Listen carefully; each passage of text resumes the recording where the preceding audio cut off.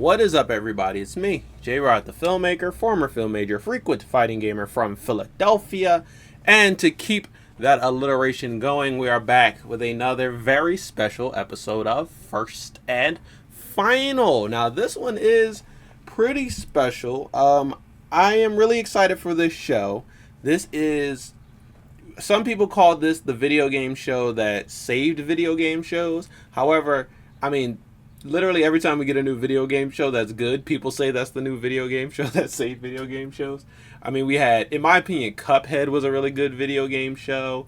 The Last of Us was a really good video game show. Fallout came out this year, and it was a really good video game show. But this was a pretty early one. I won't say it's the first one to be successful, but this is a pretty early one from a couple years ago.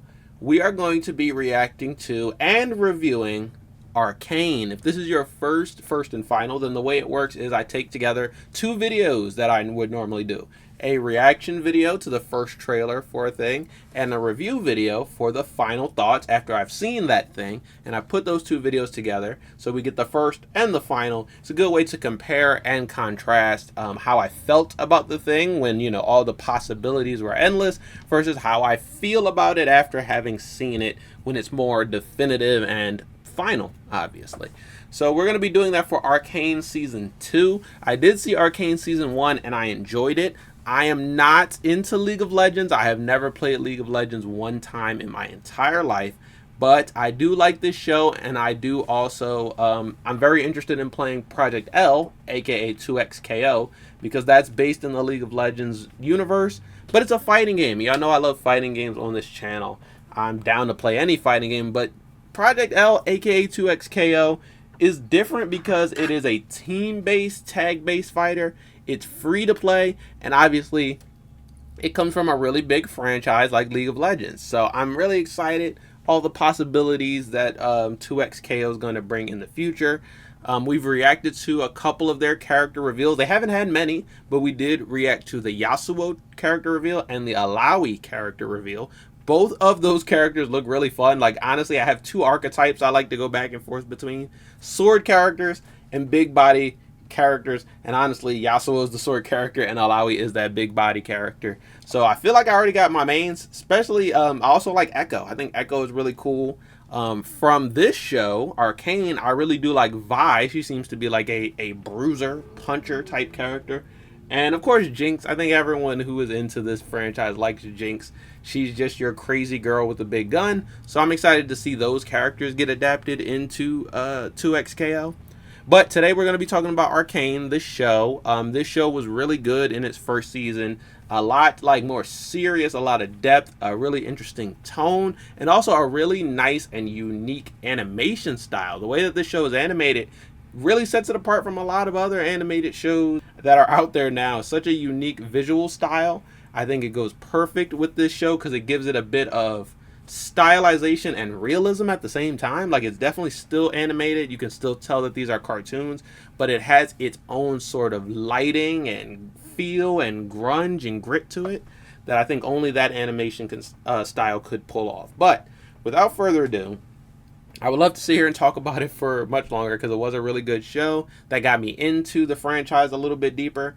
But we're just going to go ahead and check out this official teaser for Arcane Season 2. I don't know how, I don't know how much we're going to get. It's less than 2 minutes. This will be my first reaction of the first look teaser, but who knows? We'll probably come back. But either way, we will be back after November, I believe is when this show comes back. And I have seen every single episode. I'll be back to review it for you guys and tell you guys how I feel. But first, we got to get that first reaction. So, without further ado, let's switch over to the reaction camera. We're going to get right into it with Arcane Season 2 official teaser. Let's do it. This just dropped today, so, day one reaction. Actually, before we get into it, let me turn off the closed captions. I prefer to use closed captions when I am by myself, but not when I'm recording a video. Your council is dead. Might need to revisit Season 1 just to remember everything that happens. Oh, I remember her. Wait, maybe not.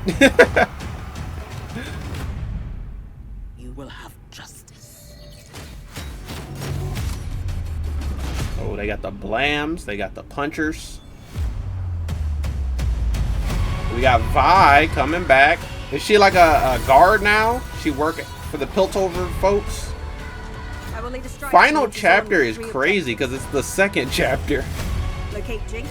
Ooh, Jinx is wanted, of course, because she kind of crazy. Dismantle Shimmer. And neutralize any agents still loyal to Silco. Ooh, there's Echo. My sister is gone. Is she gone now? She's This has to end. now she's kind of psycho, you know? Okay, they got snipers. Jinx! Finally got the name right. Sister. Oh, and they're going at it. Oh, come on, that was so good, but it was so short. Please. It took me longer to set up and and queue up this trailer than it did to actually watch it. But it is looking really good. The animation style still looks amazing, and I forgot to say that the action in this show is just so good. Is that Mel? I thought that was Mel, but she looks like she's dressed completely different in this one. She's going to war. I mean, that might just be the side effects of season 2. The final chapter, they're going to be moving differently than they were in season 1. But yeah, still looks really good. I'm definitely ready to come back into this story that is just, I mean, it's gripping. It's freaking really good. Oh, man. But now we have no choice but to sit here and wait for whatever the next look at Arcane is going to be. But based on my first thoughts, looks great. Yeah, still looks as good as far as visuals, as far as animation. I think it's going to be just as great, if not better, as far as story and writing and character performance. So I'm excited for this one. It's different. It's a little bit different watching this season than it was watching the first season, because I didn't know anything about League of Legends or Arcane. So I didn't have any expectations. Now, after the first season, my expectations are set pretty high. But I don't think that's anything to worry about, because I feel like that they can definitely deliver. And they can definitely live up to those expectations, even if they are pretty high. So now, all we got to do is sit here and wait for the whole show to come out so that I can review it. All right, boom. So yeah, it looks really good so far. Like, nothing to complain about, to be completely honest. Just as good as the first season, if not better.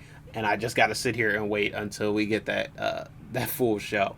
But I do have Echo here. He came over and said he was going to show me some time travel tech that he thinks can push me forward to when this full show finally comes out. Do we have a date here? Because I did. Oh, yeah, it's in November. It premieres in November. Well, we don't have a specific date. So I guess it would be best for us to just go to November 1st, right? What? You don't get to choose the day. Well, how do you know I'm not going to come after the entire show is? Oh, God. All right, well, we're going to try to time travel forward to when the show is fully released, and I will see you guys there, and fingers crossed that it worked.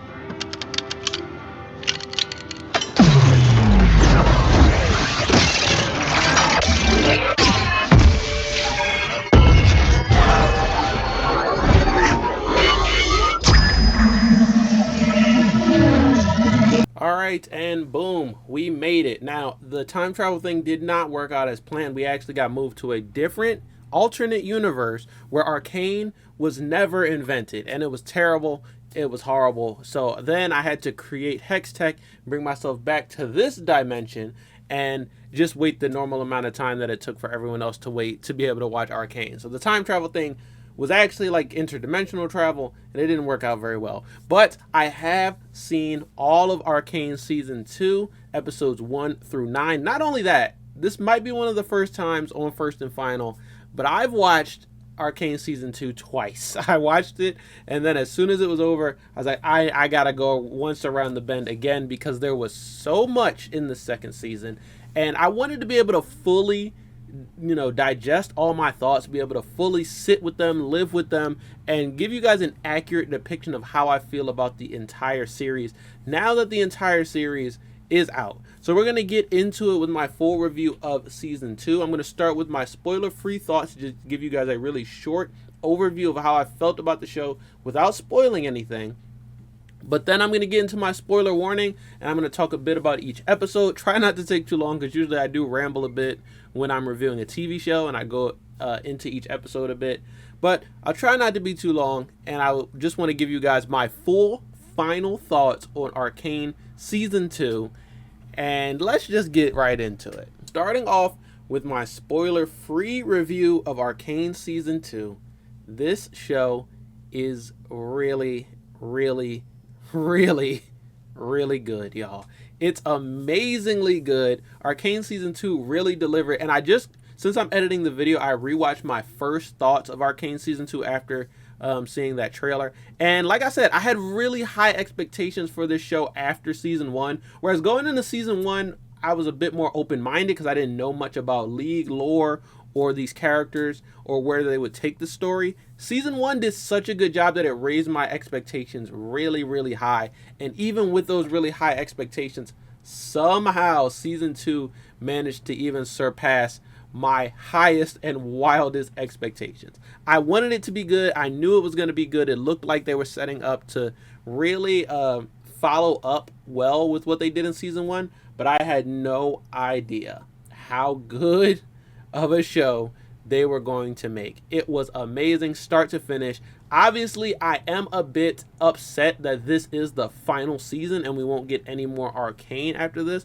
but I mean, I'm just upset because of how good it was. I could definitely watch another season, another 2 or 3 seasons of this series because of how good it was. But even with this being the final season and them wrapping up the entire show in 2 seasons, they stuck the landing. They did a really good job with this. They increased the stakes. They shuffled everything around. They developed these characters and just drew out their stories in such a great manner that this is just a W. I can't say this enough, but it was so good. I have basically nothing bad to say about the show except for I wish there was more of the show. It was so good, start to finish, near perfect. And I have right here my list. You know, I keep a list of every show that I watched throughout the year. I'm gonna do a full video talking about everything I watched for the year. I've done this before for the past like 4 years now, and so far we're at November. We're actually at the end of November, and this is definitely the best show that I watched in 2024. And I don't even think that there's anything coming in the end of the year that could surpass how good Arcane Season 2 is. So as of right now, this is the best show I watched all year. I could watch it over, like I've already watched it twice, but I could watch it over and over again. I really did want to watch Season 1 all the way up through Season 2 and be able to binge watch it without any breaks in between. And I didn't have time to do that before this review, so I just watched Season 2 over, but I will be doing a full entire binge watch of Arcane Seasons 1 and 2 as soon as I get the time to do so. It might even be this weekend, because this is Thanksgiving weekend, so it is a bit of a holiday. I might get some free time over the weekend. But yeah, I guess, you know, since we're here, happy Thanksgiving. This video actually goes up on Black Friday, so happy belated Thanksgiving. Hope you had a good Thanksgiving yesterday, and happy Black Friday if that's a thing that you guys celebrate. But like I said, Arcane Season 2 was really good. Now, if you are a fan, if you saw Arcane Season 1, you're gonna have to watch Arcane Season 2 to see how it all ends up. If you are not a fan of Arcane or League of Legends or don't know anything about these characters, I would still recommend you watch Arcane Season 1 and 2, because this is probably the best Netflix series that I have seen in a long time. And I just, yeah, like I said, my favorite show of the year. I think everybody should check it out, because I couldn't really put into words how good it is or how many ways this show succeeds with like music and characters and action and animation. And it really runs the gamut of every single emotion that a human could feel. There are sad moments. There are moments that get you pumped up and make you excited and passionate. There are moments that are happy. This actually has some really happy moments that help to contrast with the really dark and sad moments and the more contemplative moments. And it's really just everything. This show has everything that you would want from a show. It does it very successfully, and I would recommend, like I said, everybody check it out. It's still visually stunning. It's still one of the most beautiful shows to watch. The animators the like production designers, the people who color this series, everyone who worked on this series just seems like they really put in work. And the amazing like stylized animation where it's this 3D realistic animation style, but has this beautiful stylized 2D effects over top of it, and they marry so well. It was audibly amazing. The sound design, the voice acting, the music, everything comes together and marries so well.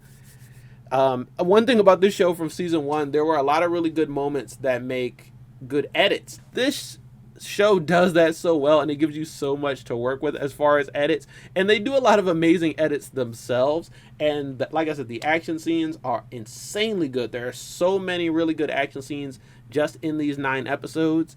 And what I learned about this show, and I will talk more about when we get into the spoilers, the real thing that this show is about, even though it's firing on all of these cylinders and it's so beautiful and it's so sad, it's well written, it's well acted, there's good action, there's good animation. What this show is really about is characters, and more importantly, relationships between characters, distance between characters, and the dichotomy between characters, or just the way that characters can go from friends to foes, they can go from friends to lovers to enemies, they can go from heroes to villains. The distance between characters and the way that you can just look at characters through different lenses and perspectives and change how you feel about them so fast, and they develop so rapidly. That's really what the show is about. What they can do with characters and what they can do with the development of characters in such little screen time is amazing. And I think some people would say that the second season seemed a bit rushed because it went from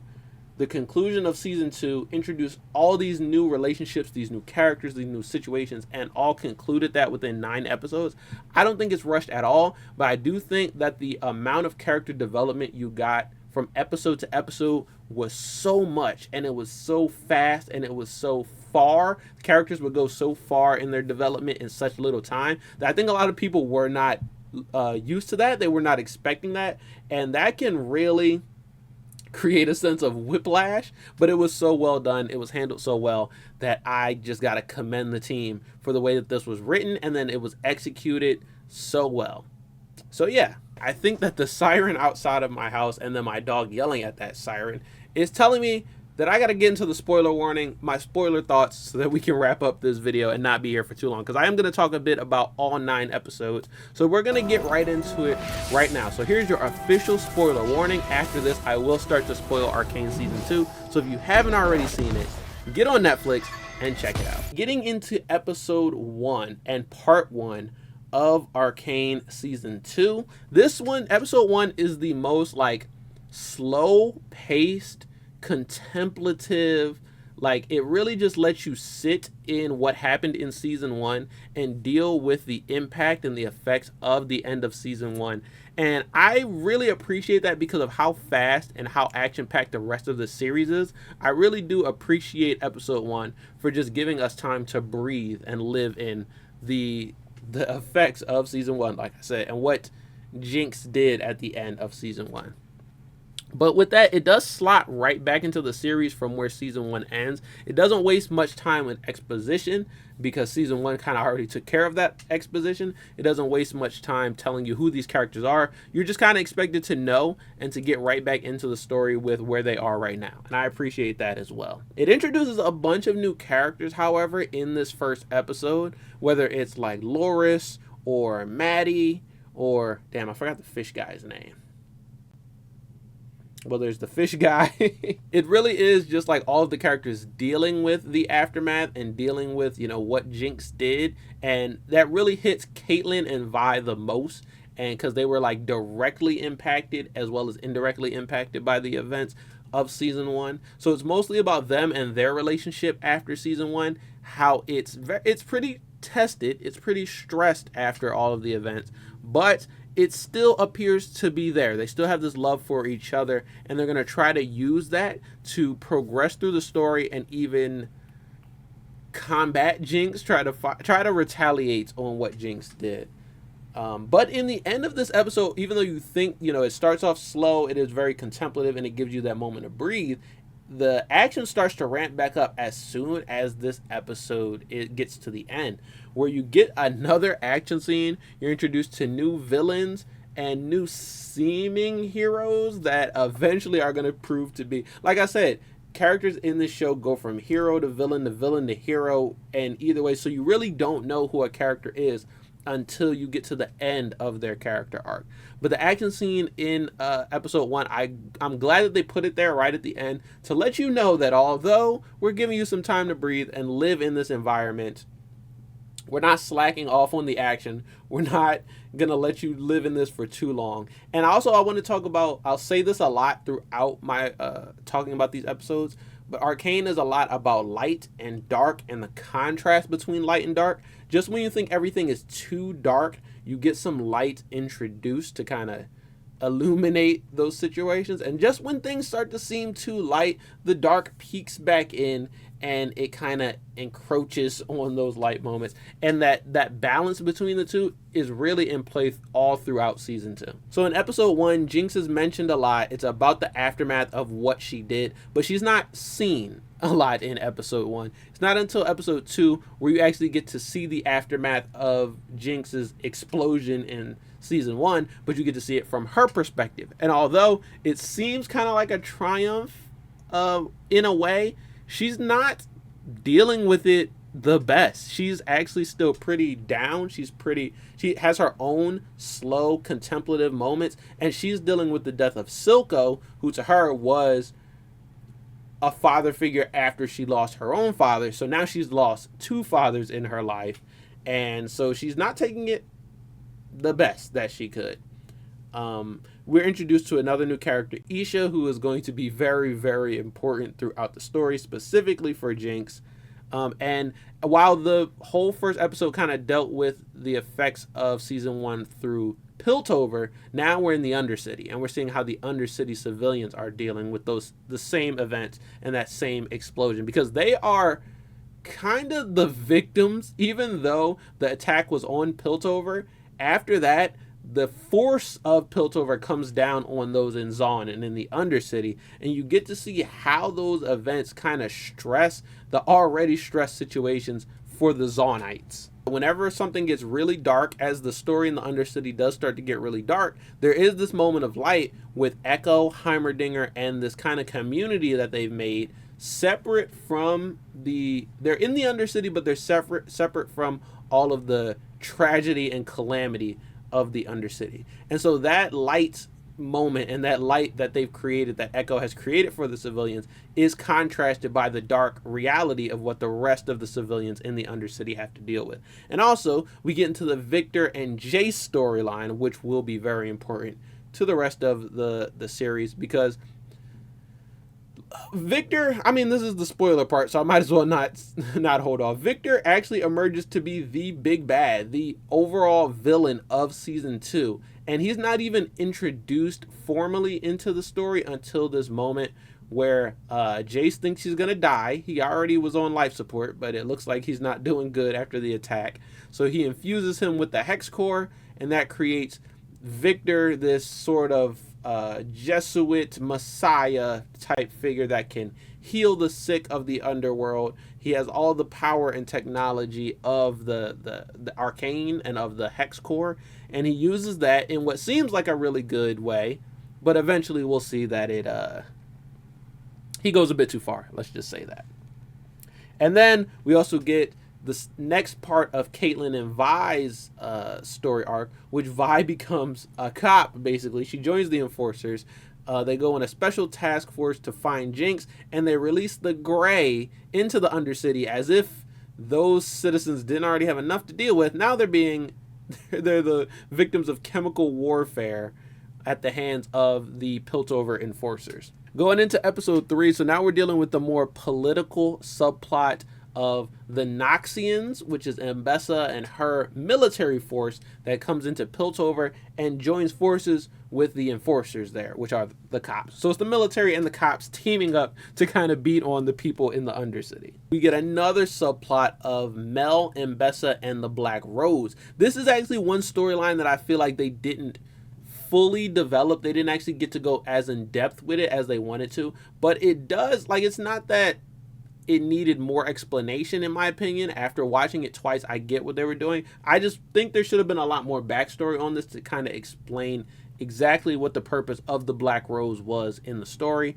However, even though we don't really know fully what's going on with it, it is really cool to watch. It's this more mysterious and magical element and subplot of season 2, and everything does intertwine and is interwoven back into the main story. So it's not like it's a subplot that goes nowhere. It definitely does go right into the goalpost that everyone else is aiming for at the end of the season. So that task force that Vi and Caitlin started, they are just getting closer and closer and closer to Jinx until they actually do stumble right upon her. And this part was hinted at in the trailer, but there is a really big battle between Vi and Jinx with Caitlin and Savika also there.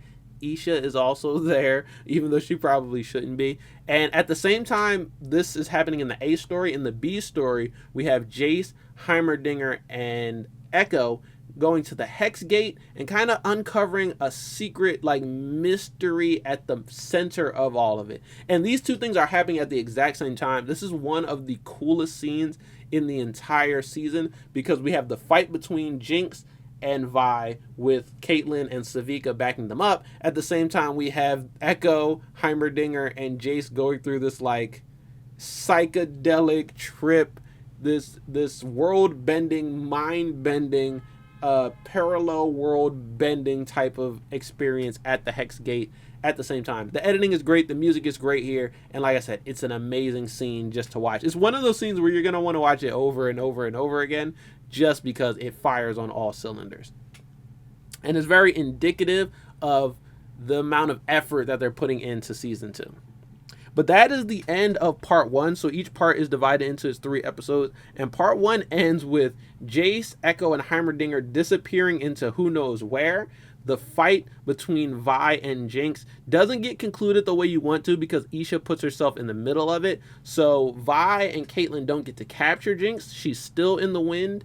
And Jinx executes the next part of her plan, but honestly, she is not as into it as she wants to be at that point in the story.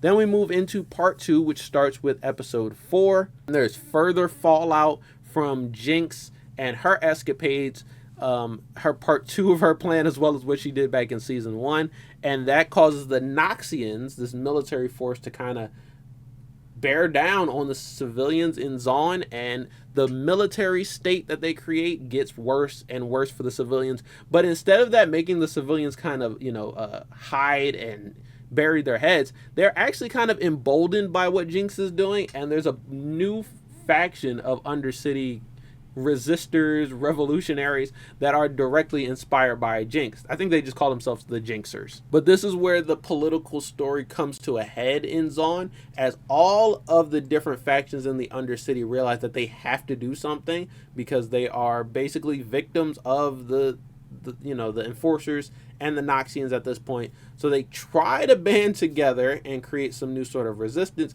but as soon as they do, they are attacked by the Noxians, and the majority of the people who are there trying to resist are thrown into jail. This is actually what gets Jinx up and calls her to action, because before this, she was kind of depressed. She was sad about, losing Silco in season 1. She was even further depressed about the fact that her sister was willing to join the enforcers and a special task force just to take her down and throw her in prison. So she's kind of in a depressive state at this point, but the arrest that happened at that resistance meeting kind of gets her back up on her feet, because Isha, the young girl that looks up to Jinx, is actually one of the people arrested at that rally. So Jinx basically, gets back into her revolutionary, her chaotic, her anarchist type of mood.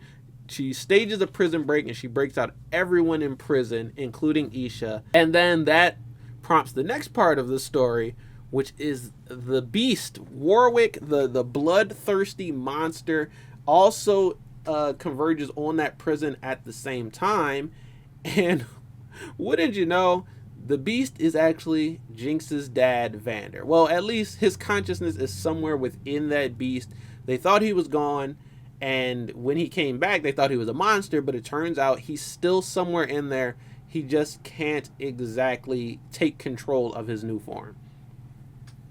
So that's basically episode 4. And going into episode 5, this is one of my favorite parts because Jinx goes to Vi with the information that Vander is alive and asking for her help. And because of that, we get Jinx and Vi working together for the first time in a very, very long time. And it's not instantly the reunion that we would expect it to be. First of all, Vi, after not catching Jinx with that task force, she decides to quit the police force that she just joined and become a pit fighter. This gives us the sickest design for Vi that we've gotten throughout the whole season. But then her and Jinx work together with Isha to try and go help Vander. And I just love this because of the sisterly moments. They're still really angry at each other. They still are willing to beat each other up and maybe even kill each other if it comes down to it. But they put their differences aside for this moment and work together to try to save their dad. And this is really, like I said, showing the light within the darkness contrasting with the light. And that once they're together, they work so well together. You can tell that they are just sisters. And yes, they're angry at each other for various reasons, but they kind of are willing to put their differences aside. And they work so much better together than they ever do working against each other. So within this, we get a lot of flashbacks about what it was like before Jinx and Vi were even a thing. You know, when their parents found out they were going to have a daughter. The first daughter was Vi, then eventually Jinx came along. They had this bar, The Last Drop, and this is just a flashback to how things used to be and how light and how much levity there used to be in their story. It's such a beautiful flashback. And it gives us this hint of what it was like when their family was a whole and when their family was a family before it got hit with all the deaths and all of the many trials and tribulations that they've gone through. And this is also parallel to the modern day story of Vi and Jinx working together to save Vander. And now they also have Isha as part of their family, where they are kind of being a family again. They're working together as a family once again, trying to restore some of that family bond that they used to have way back before everything went wrong. And it goes to show what they're fighting for, you know, what that family unit and what they've been working for all this time. It's actually worth fighting for and worth trying to preserve, even though it's very hard to do so in their current landscape. And that light, bright, cozy feeling that they create in episode 5 is actually carried through into the beginning of episode 6, where Jinx and Vi work together to bring Vander to the healer, who is Victor. Like I said, all the stories start to converge on each other. And so in this, I think the light moments, this is where it's almost at its brightest, because Jinx and Vi are no longer fighting. They're working together. They're starting to trust each other, starting to rely on each other again, because they know that they need each other's help to try and sort this Vander thing out. And also, if they can get their dad back, that kind of changes a lot about their stories. Yes, so much has gone wrong for them in their stories, but if they can get their dad back, there is still this hope that they can be a family again. And that really shines through and makes these next 2 episodes pretty bright and pretty hopeful. They get to this community, this commune that Victor has created, full of people who he has healed, and it's very, you know, hopeful. It's very uplifting to see a bright spot in all of the war and turmoil that has been going on in season 2. Isha is kind of enjoying her time there. Jinx is actually considering staying there and using her brain and her engineering abilities to help the commune. Vi is actually also considering, you know, if this works, we could stay here. We could be a family. This could work out in all our favor. And then the darkness shows up. In this case, it is the Noxian Force. Caitlyn is also with them, and Bessa is leading them. And they're following Vander because he's basically a weapon for them. And so they're following him so they can capture him, and they can use him to kind of just kill all their enemies and stomp out all their opposition. So while we're just so enthralled with the hope of what could be and bringing this family together, we get all these flashbacks and these montages of what it was like when Vander was a father and when he was there for his girls and when they were all together and when things were hopeful. The Noxians come in and kind of destroy all of that. Now, Caitlyn does turn on the Noxian Force, so she does take Vi's side in this element and try to help her get through it. But in the end, everything goes wrong. And that's what I'm saying about the contrast between the light and the dark. Just when you think the show is at its lightest, you get an extremely dark moment where Jace kills Victor, which sets off a chain reaction of Vander then going full beast mode, attacking everyone. The Noxians storm in and try to capture everyone there and try to take Vander and use, him as a weapon. And in the end, we lost Isha, the one light and the one really hopeful just spark of light in this whole situation. She takes her lead from Jinx. She steps up as the revolutionary that she was kind of taught to be, and she sacrifices herself to try and save Vi and Jinx and Caitlyn and help them get out. It's so sad. It's really the saddest moment. It is such a hard hit, and obviously this is a tragedy in many ways and in many parts of the series, but I didn't expect them to go so dark. I should have known because of how bright and how light the show had been for the last episode and a half. Something really dark has to come in to compound it. The brighter the brights get, the lower the darks get at the same time.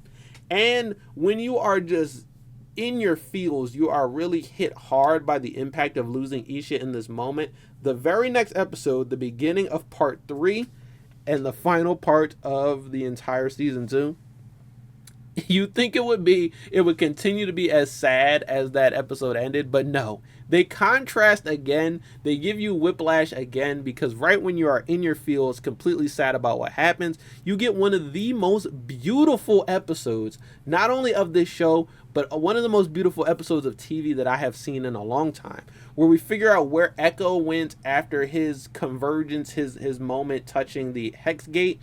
He's taken to a dimension where mostly everything is good. He's taken to a different alternate reality where there's no hex tech, where Jinx is not Jinx, she's still Powder. Vander is still alive. Clagor and Milo are still alive. The majority of the people that we lost throughout Arcane seasons 1 and 2 are still there. We did lose Vi. Vi does not exist in this timeline, but almost everybody else does. And all of the bad things that had happened seem to not have happened in this universe. The Undercity is actually thriving. It's actually beautiful. It's actually very vibrant. And it seems like this fantasy of the Undercity that Echo wanted, that Vander wanted, that everyone thought the city could be, until it, became constantly just overrun, stricken, beaten down, oppressed, victimized. None of that is present in this alternate reality, and we get just one of the most beautiful episodes of all time.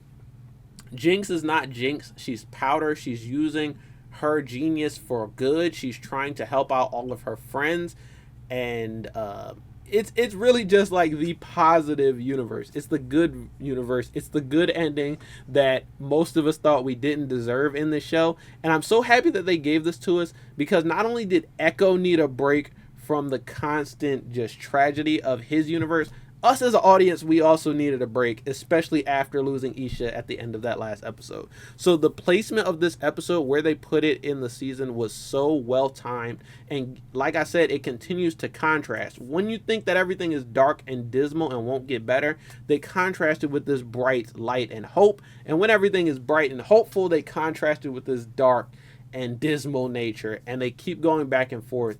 And that's how you get the balance, because at the same time that Echo is in the good universe, Jace has actually been transported to the bad universe. This is the bad place. The universe, as if everything has gone worse, everything is over and overrun. No humans seem to have survived. Everything is kind of desolate. And one thing that I wanted to talk about, I love the contrast, but I love this kind of difference between where Echo goes and where Jace goes. Echo is kind of having the time of his life. He gets a chance to relax, and he gets to enjoy this universe that is basically a fantasy for all the characters in the Undercity. And then Jace is taken to the worst possible timeline.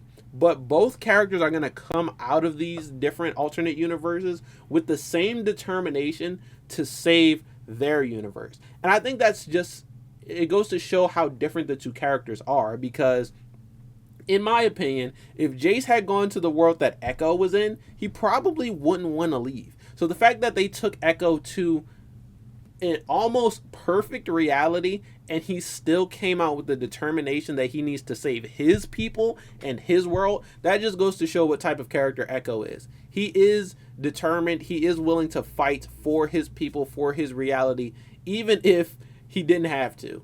And that's kind of why I love that character. Also, this goes to show that even though our universe, the universe where the majority of the story takes place, isn't the best universe at all, it's also not the worst universe. And so it kind of gives you an appreciation for, yes, so many bad things happen in this story, but you also have to really appreciate the good things that happen as well. The light moments, the moments of humanity, the moments of hope, and similar to what we just got, like in part 2, at the end of part 2, we got those moments where Jinx and Vi and Vander got to be a family, and they had Isha, and we got those moments where they got to reminisce on the creation of the last drop, and the moment where, you know, Vander and his wife and Silco were all together, and they were great friends, and they were working for the better.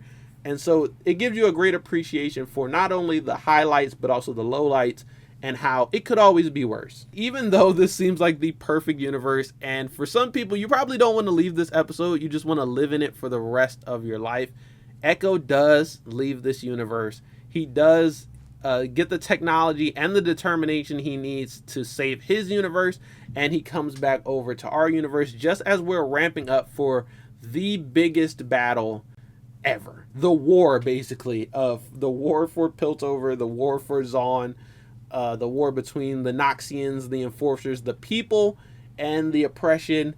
It's all about to go down. We deal with the aftermath of Isha's death and Vander's death. And if you thought that Jinx was at like a rock bottom moment before, when she lost Silco at the beginning of the season, or even later than that when she found out that Vi joined the police to try to take her down, this is the real rock bottom for Jinx. After losing her dad again and losing Isha at the same time, she is honestly at her wit's end. And if it wasn't for Echo coming back into the story and reaching out to her as a friend, trying to save her and appeal to her humanity, we wouldn't have Jinx anymore, because she was definitely willing in this moment to take her own life, and she thought that there was nothing else she could do with that story. So I think that gives me another greater appreciation for where we were in episode 7, because Echo got to see that there is still so much humanity and there's still so much to fight for within Jinx, because he got to see a version of her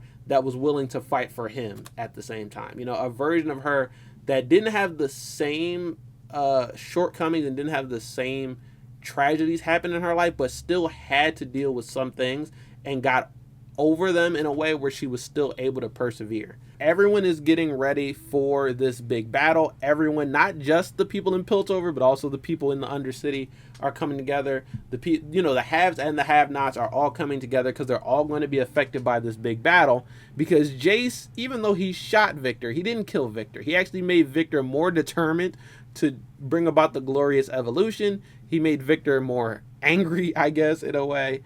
And he kind of created the villain. He already did create the villain in the beginning, but he made the villain worse and more determined with his actions at the end of episode 6.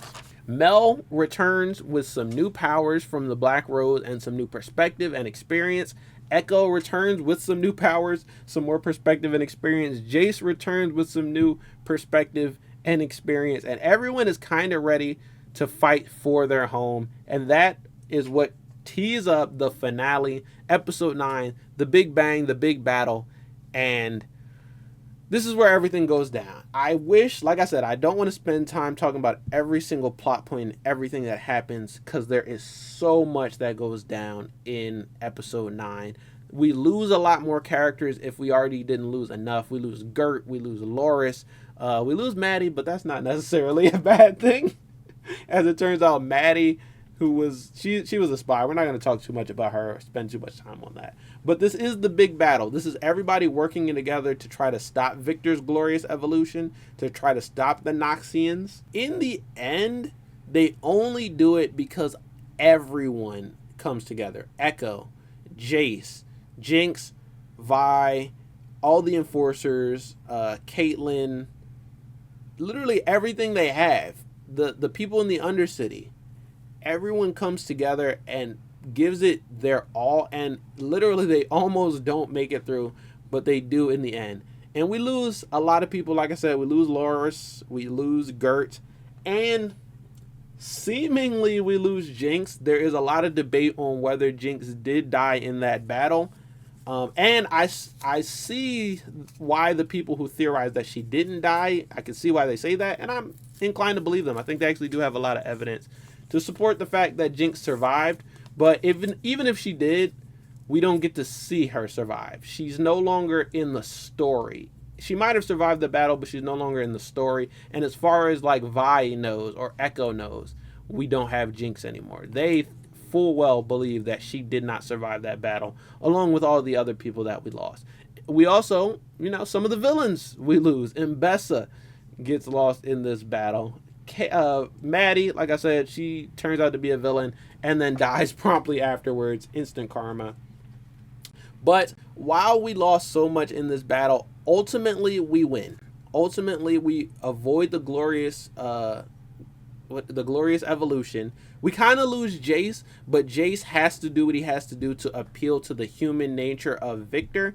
And I think that even, maybe we lost Jace, but I think he's with his space boyfriend now in outer space, and I think that's where he'd rather be. In the end, he did say, although he thought he wanted to bring magic to the people, it turns out he just wants his partner back, Victor, and I think that's what he got in the very end. He appealed to Victor's nature, he prevented the end of the world, and we lose so much throughout this season, and all the characters, like I said, there's so much character development. There's so much distance that these characters cover, going from heroes to villains back to heroes, or going from friends to enemies back to friends. And so much has happened in this season, but the way it ends, I think, is like the perfect bow tie. They found a way to wrap up all these very vast storylines. Every single character gets an end to their story, whether it is the perfect end or it is the bitter end. Everybody gets an end, and it is the end. It's the end that they need, even if it's not the end that they wanted. And that is how Arcane Season 2 wrapped up in a really, really good, really nice manner. I think that the way that they ended the story was the perfect ending. I think that they found some way to tie all the stories back in. They found a way to end off everyone's story and give them the right amount of character development, the right trajectory, put everyone on a path towards a similar goal in the end. And while, like I said, this isn't the best universe, that is probably the other universe where Time Bomb is a couple and where Jinx never becomes Jinx because she's powder. That's definitely a better timeline, but this also is not the worst timeline because we avoided expiration, we avoided the glorious evolution, we avoided losing everyone. And even though we lost a lot, we still could have lost more. And so you got to be appreciative, like I said, for the light moments. You got to be appreciative for the hope. You got to be appreciative for everything that it comes with, because we wouldn't have what we have in this beautiful show without the dark and the light intermingling, contrasting with each other. And that is it. That is going to be my entire review of Arcane Season 2 and why I think it is the best TV show of 2024. If you have another TV show you think is better, suggest it in the comments. If I haven't already seen it, then I might consider checking it out, because I do want to challenge that idea. I want to see what other people think is the best show of the year and see if anything can change my opinion before the year's over. But as of right now, it's not looking likely. I think I'm going to go through the end of the year with this being the best show that I have ever seen. But we'll have to wait and see. If you really want to know, my first video of 2025 will be about everything that I watched in 2024. And I'll tell you guys then what is the best of the year, worst of the year. And we'll talk about movies and shows in every single category, even some video games. But that is going to be it for this one, guys. So tell me how you felt about Arcane Season 2. Smash the like button, spear the subscribe button, and kick the notification bell.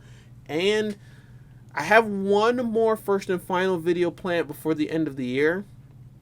I think I'm going to be able to watch all the episodes before the year is over. It's for Secret Level, which is the upcoming anthology series on Amazon Prime that features a lot of video game adaptations. Each episode will be a different video game adaptation into TV, film sort of setting. If you've never seen the show like Love, Death, and Robots, that's a very similar premise, but this is going to be all about video games. Honestly, it's going to be hard to follow up this because I think this is going to be the best video game adaptation of the year and probably for a couple years to come. And we got Fallout earlier this year, which I admit Fallout was amazing. As soon as, like, for the Game Awards, Fallout and Arcane are both nominated for Best Video Game Adaptation. And before I saw Arcane Season 2, I would have said that was a really close race. Now, though, I think Arcane is ahead by a couple miles. Not just in the video game adaptation category, but just best show of the year. And nothing is really coming close to it. But we shall see, guys. So tell me how you felt about Arcane Season 1 and Season 2. Tell me if you feel me, and I will see you guys next time in another new one. Peace out. All right, Movado. Fight!